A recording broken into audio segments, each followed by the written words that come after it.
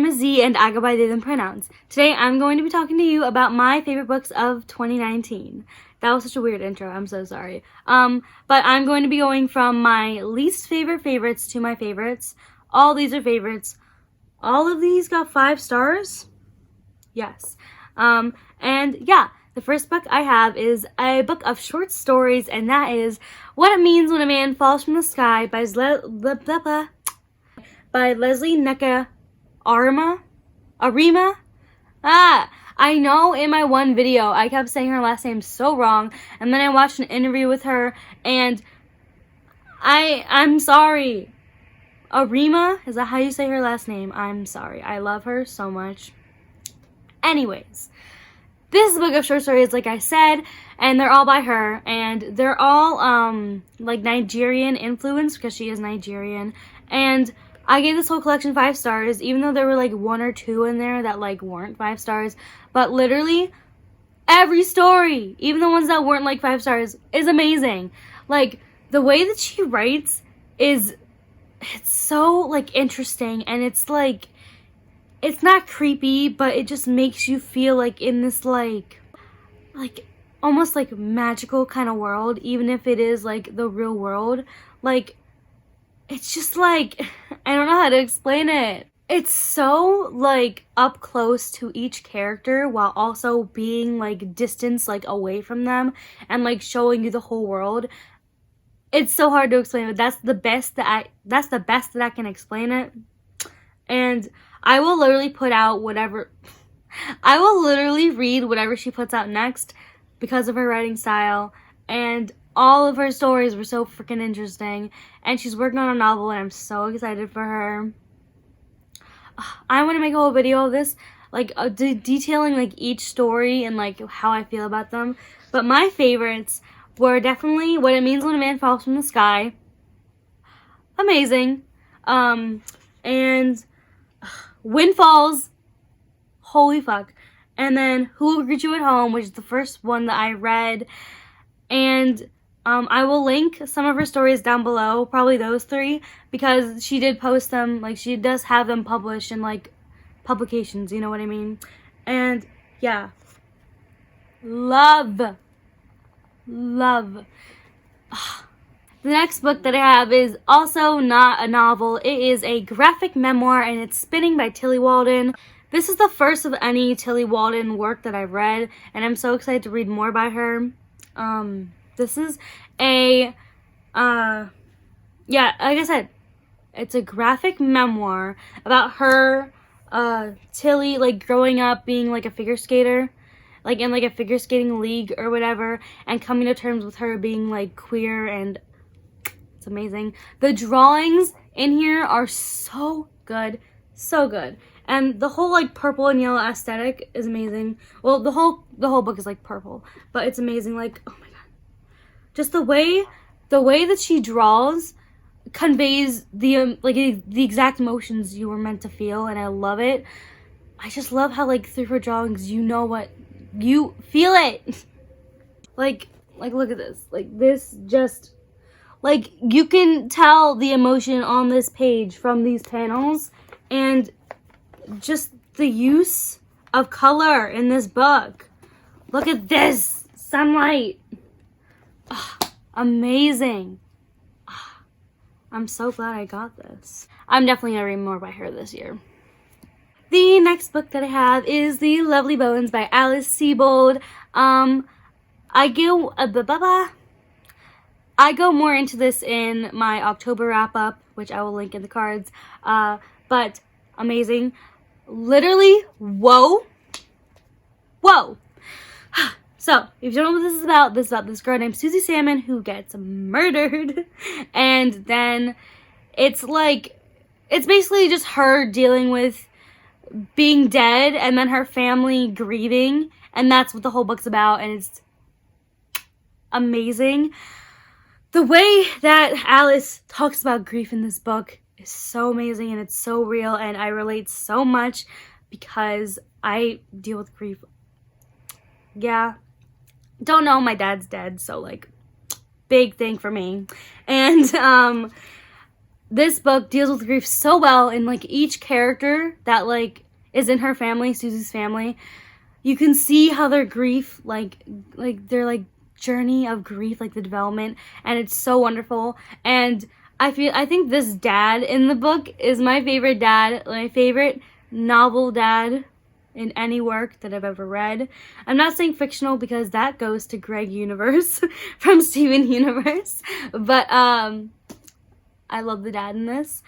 I love their whole family. I love the dynamic. I love, oh my god, I want to know more. I want to see them. I wish this book was longer, but I know why she ended it where she did, because like that's where it was meant to end. But like I wanted to see them all grow up and have kids and get married, and I just want to see more. I want more. But even though I do want more, I love how it wraps up, and like the ending like comes like full, it's like a full circle, and it's amazing. It's not like a ribbon, but it's just like it's amazing. And I did like put some annotating in there. If you can see my thingies, I used up like all my blues, but that's fine. I need to buy more anyways. And that's basically it. All the characters are really round, and I'm more of like a character person than a plot person, so this satisfied me a lot. Like, ugh, all the characters were so real. I felt like they were real people, and amazing. The movie's not bad too. Like, the movie's pretty good, but the book's definitely better. Yeah, babies. The next book that I have is actually a trilogy, and that is the Shades of Magic trilogy by V.E. Schwab. I'm not going to hold up all 3 books. I'm just going to pick my favorite, and that's the second book. Anyways, so I suck at doing fantasy descriptions, but this trilogy is basically about this guy named Kel who has a magical power where he can travel between different Londons, and there's 4 different Londons: red, white, I almost said royal blue, red, white, gray, and black, and they're each different based on like their magic use and like the history and stuff. And so it's basically him. One day he gets this like artifact or something that he's not supposed to have, and shit goes down. It's really amazing. Look up more, because that was a shit description. Like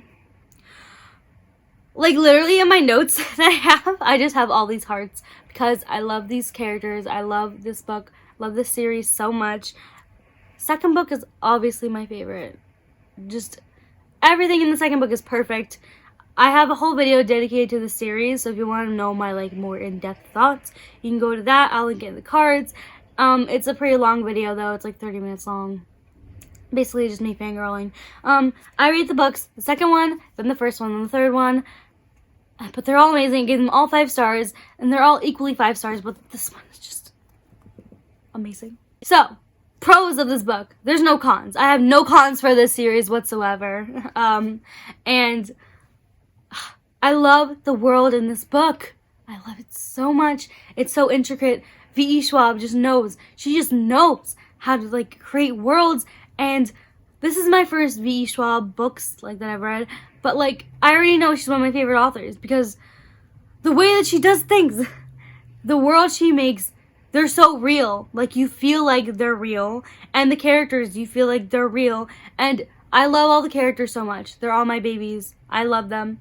I love them. Along with the world building, the magic system is just, it's so good. It's so good. It's like, it's basically a mental magic, but the way she does it is so unique and like new and fresh and whatever, and it just makes it amazing. Oh my god. And her writing style. I love her writing style so much. It's third person, but it's like so, but it makes you feel like it's first person. Like I would be reading this, and for a second I would think that it was in first person, but like I would have to like, I'd blink and be like, wait, this is all in third person. How the fuck does she do that? And it's so amazing how she does that. And it's third person, and it makes you feel like you're very close to the character while also showing everything, just like Leslie's short stories, but like it's so good. And like the not like, it's not POV switch, but like it focuses on different characters and like different chapters or whatever, and like you get a feel for each character through the third person. And it's so wild. It's so fucking wild how she can do that. And I'm so in awe of that. And I'm so inspired by that. Ha! So, if you haven't read this series already, you really should, because all these books are amazing. And she's writing like another installment in this world. And it's going to be like another trilogy. And I'm so excited for it. Yeah, and I need more people to talk about this with, because I love these books so much. Yeah. My next one is kind of an honorable mention, just because you'll see. Okay, so I don't have it with me because it's in my dorm, but it's Heartstopper Volume 2, and it's an honorable mention because I've read this series like online since 2017. So like what's in Volume 2 has already been online, and I already read it before it was published, but the book came out last year, and I did read it last year. So I don't really know if it, like, counts with this, but whatever. I'm still gonna say it because I love this series so much. I have a tattoo based off of it. Like, I'll show you right here. So basically the words are, like, a different tattoo, but, like, what's around the words, like the leaves and the stars and stuff, is from Heartstopper. Like, I literally took it to the tattoo place, and he scanned it, and it's on my body now, and forever grateful. So yeah, this story is just so, it's in my heart forever. Like, it will never go away, and it always makes me happy. It's about these two boys named Nick and Charlie who become friends, they fall in love, and that's it. And it's beautiful, and it's wonderful, and it updates every it updates the 1st, the 11th, and the 21st of every month online. I'll link it down below. It's amazing. And yeah, they always make me happy. It's like it's a big thing for my mental health, this story. So I always like constantly like reread it and like my favorite scenes, and sometimes I just reread the whole thing. That's only if I'm really bad. But anyways, yeah, I couldn't like not mention Heartstopper because it is so like ingrained in me right now. Like my personality or whatever. Like it's a part of me, and I can't not mention it. And now, my favorite book of 2019. Everyone, if you know me, you should know what this book is. If you just look at my channel, I bet you can guess what book I'm talking about. But it is Red, White, and Royal Blue by Casey McQuiston. Y'all already know. The favorite book. This is now my favorite book of all time. I'm currently on my 3rd reread of this book. Like, it's my first book of 2020. And I'm annotating it, and I'm only on the 2nd chapter.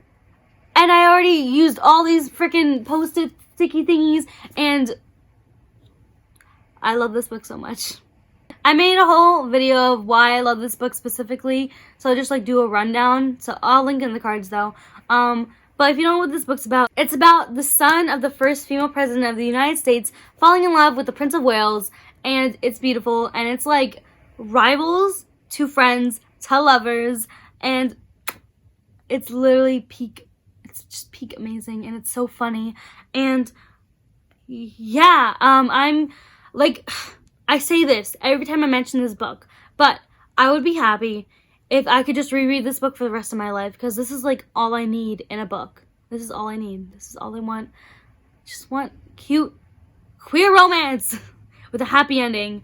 And this book just gives me so much hope, and it gives me hope for the future. And it's like in like an alternate world where Trump was never president, but the main guy's mom was, and like the politics in this book just make me so happy, and it makes me have hope for the future, even though the future looks pretty shitty right now. But that's why I love this book so much. It just gives me hope for everything. And the romance is obviously amazing. It's adorable, and I love them. Even though I hate like friends with benefits to lovers, I like it in this book. I deal with it, but I love it. All the characters are amazing in this book. They're all like round, they're not flat, and they're all so unique, and they're so funny.